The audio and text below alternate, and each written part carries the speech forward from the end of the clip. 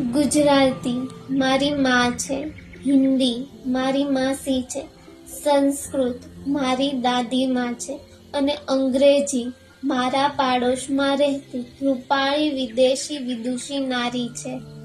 આમ તો મને અંગ્રેજી સામે કશો વાંધો નથી, પરંતુ ઊંઘ ના આવે તો હાલરડું તો મારી માં એટલે કે ગુજરાતી જ ગાય, અને પેટમાં દુખે તો બેટા સૂટ ઘી ને ગોળ ખાઈ લે, એમ તો મારી દાદીમાં એટલે કે સંસ્કૃત જ કહે. માતૃભાષા એટલે દર્પણમાં જોઈને પોતાની સાથે વાત કરી શકાય એવી ભાષા.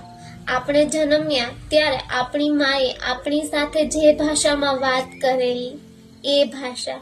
આજે છે 21 ફેબ્રુઆરી, આંતરરાષ્ટ્રીય માતૃભાષા દિવસ. યુનેસ્કો દ્વારા સૌપ્રથમ 1999 ના રોજ માતૃભાષા દિવસ જાહેર કરવામાં આવ્યો હતો.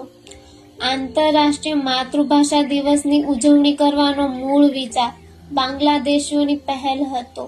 તેમણે બાંગ્લા ભાષાને માન્યતા આપવા માટે ખૂબ લાંબી લડત લડી હતી. ગુજરાતી ભાષા એ ફક્ત ભાષા નથી, એક બહોળો ગૌરવશાળી ઇતિહાસ અને સમૃદ્ધ સાહિત્ય ધરાવતી સંસ્કૃતિ છે. ચાલો સૌ માતૃભાષા દિવસે આપણી માને વંદન કરીએ.